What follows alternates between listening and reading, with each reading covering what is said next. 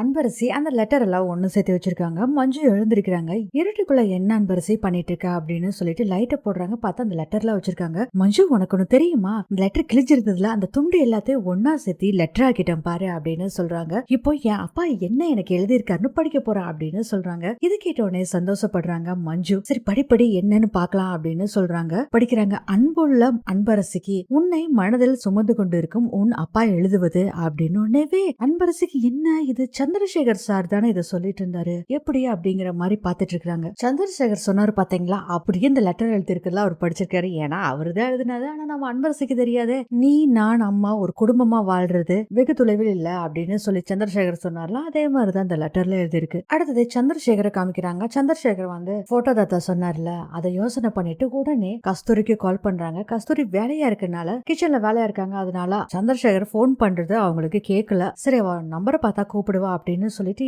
அப்படியே யோசனை பண்ணிட்டு இருக்காரு. சரி குட்டிமா என்ன பண்றான்னு பாத்துட்டு வரலாம் அப்படின்னு சொல்லிட்டு அவரு ரூம்ல இருந்து வெளியே வர்றாரு. டைனிங் டேபிள்ல மங்கா உட்காந்துட்டு இருக்காங்க. மங்கா ஒரு முறம் முறைச்சிட்டு தான் மாடிக்கு ஏறி போறாரு. இப்ப எங்க மாப்பிள்ள எங்க போறாரு அப்படின்னு பாக்குறாங்க. ஒருவேளை அந்த பட்டிக்காட்டிக்காரிய பார்க்க போவாரோ, இருக்கட்டும் அனன்யா கல்யாணம் மட்டும் முடியட்டும், அந்த அன்பரசுக்கு இருக்குது ஆப்பு அப்படின்னு நினைச்சிட்டு இருக்கிறாங்க மங்கா. இன்னொரு யோசனை வருது. மாப்பிள்ள கஸ்தூரி கிட்ட பேசுறாருன்னா அப்போ அவளோட நம்பரு இங்க கண்டிப்பா இருக்கும். அவர் அங்க போயிட்டு வரதுக்குள்ள மாப்பிள்ள ரூம்ல இருக்கிற போன் எடுத்து அந்த கஸ்தூரியோட நம்பரை எப்படியாச்சும் பாத்தரணும்னு முடிவு பண்ணிடுறாங்க மங்கா. இதே அதை படிச்சுட்டு கடைசியில ஒண்ணு சொல்றாரு. நீயும் நானும் பேசுறது வேற யாருக்கோ தெரியுது, அதனால நம்ம ரெண்டு பேரும் ஒரு கோட் வேர்டு வச்சுக்கலாம் அப்படின்னு சொல்றாரு. அந்த லெட்டர்லயும் அதே மாதிரிதான் இருக்கு. எப்படி மஞ்சு இப்படி சொன்னாரா? சரி லெட்டர்ல இருக்கிறதெல்லாம் நினைச்சு சொன்னாரு, ஆனா அந்த கடைசியில வந்ததுல வேர்டு இந்த கோட் வேர்டு சொன்னாங்க பாத்தீங்களா, அதத்தான் சொல்றாங்க அன்பரசி. அது எப்படி இவ்வளவு கரெக்டா சொன்னாரு? மங்கா என்ன பண்றாங்கன்னா சந்திரசேகர் ரூமுக்கு போறாங்க. அவரோட போன் எடுத்து பாக்குறாங்க. நம்பர் எல்லாம் பாக்குறாங்க. ஒருவேளை இவ கஸ்தூரின்னு போட்டிருப்பாரோ அப்படின்னு கஸ்தூரின்னு பாக்குறாங்க. அங்க பேர்ல இல்ல.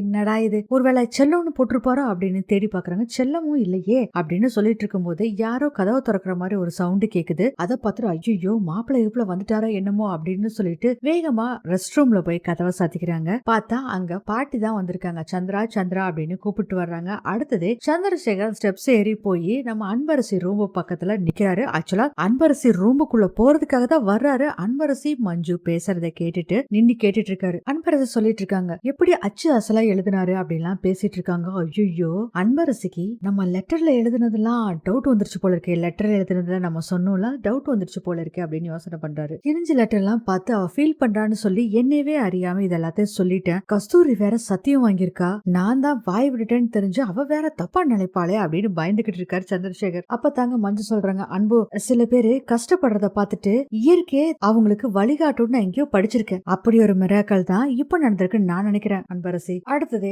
மங்காவை காமிக்கிறாங்க. மங்கா அந்த பாத்ரூம்ல இருந்து கதவை திறந்து பாத்துட்டு இருக்காங்க. எதுக்கும் நம்ம போன் பண்ணி பாக்கலாம் அப்படின்னு சொல்லிட்டு பாட்டியும் சந்திரசேகருக்கு கால் பண்றாங்க. சந்திரசேகரோட போனு மங்கா கிட்ட இருக்கு. இதெல்லாம் கேட்ட அன்பரசி, நீங்க சொல்றது சரிதான் மஞ்சு, சாருக்கு நான் அப்பா மேல எவ்வளவு உயிரா இருக்கேன்னு அவருக்கு நல்லாவே தெரியும். இந்த லெட்டர் கிழிஞ்சு போச்சு, நான் தவிக்கிறத அவர் உணர்ந்துதான் இப்படி எல்லாம் பேசியிருக்காரு மஞ்சு. இது கேட்ட உடனே சந்திரசேகர் ரொம்ப ஃபீல் பண்ண ஆரம்பிச்சாரு. என் பொண்ணு எவ்வளவு பரிசுத்தமான மனசோட இருக்கா, இப்போ கூட என்ன சந்தேகப்படாம பேசிட்டு இருக்காரு. ஆனா என்னால அவளுக்கு உண்மையாவே இருக்கவே முடியலையே. அன்பரசி சொல்லிட்டு இருக்காங்க, சாமி அருள் வந்தவங்களுக்கு தான் என்ன பேசுறோன்னே தெரியாது. அதே மாதிரிதான் சாரும் அந்த சமயத்துல என் அப்பா லெட்டர்ல என்ன எழுதிருக்கோ அதை பூரா சொல்லியிருக்காரு. உண்மையாவே சார் ரொம்ப கிரேட் மஞ்சு அப்படின்னு சொல்றாங்க அன்பரசி. இதை கேட்டுட்டு சந்திரசேகர் வந்து ரொம்ப சந்தோஷமா ஃபீல் பண்ணிட்டு இருக்காரு. அப்ப வந்து மஞ்சு சொல்றாங்க, நீ சொல்றது எல்லாமே கரெக்ட் தான், ஓரளவுக்கு ஏத்துக்கலாம், எனக்கு ஒண்ணு மட்டும் சந்தேகமா இருக்கு அன்பு அப்படின்னு சொல்லும் போது மஞ்சு சொல்லும் போதே சந்திரசேகர் ஐயோ இந்த அன்பரசி விட்டாலும் இந்த மஞ்சு விடமாட்டா போல இருக்கே அப்படின்னு குழப்பத்துல இருக்காரு. ஒருவேளை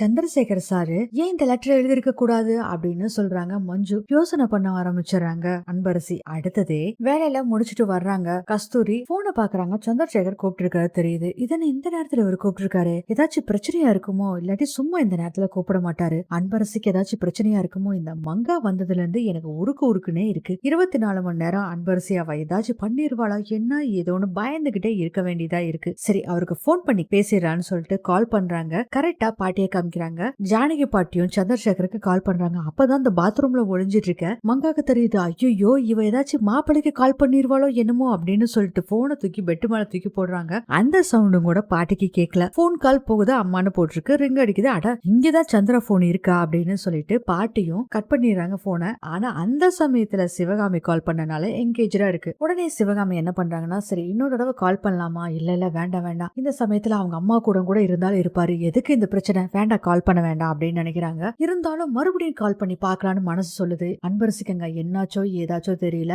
அதே மாதிரி மழை பெய்யுதுன்னு வேற சொல்றாங்க. அன்பரசி பத்திரமா இருக்காளான்னு கேட்கலாம் அப்படின்னு சொல்லிட்டு சரி கால் பண்ணலாம் அப்படின்னு நினைக்கிறாங்க கஸ்தூரி. அடுத்தது அன்பரசியை காமிக்கிறாங்க. அன்பரசி சொல்றாங்க, சார் எதுக்கு அப்படி எழுதணும் மஞ்சு, அன்பரசி நீ சொல்றதெல்லாம் சரி, ஆனா நீ மனசு கஷ்டப்படுறேன்னு சொல்லி அவரும் ஃபீல் பண்ணிட்டு இருக்காரு. உங்க அப்பாவை தேடிட்டு அலையறத உங்க அப்பா கிடைக்கலன்னு சொல்லி நீ ஃபீல் பண்றத நினைச்சு அவரும் கண்ணீர் விடுறாரு. அதனால ஒருவேளை நீ ஃபீல் பண்ணனால லெட்டர் போட்டிருப்பாரோ அப்படின்னு சொல்றாங்க மஞ்சு. என்ன மஞ்சு சொல்ற நீ?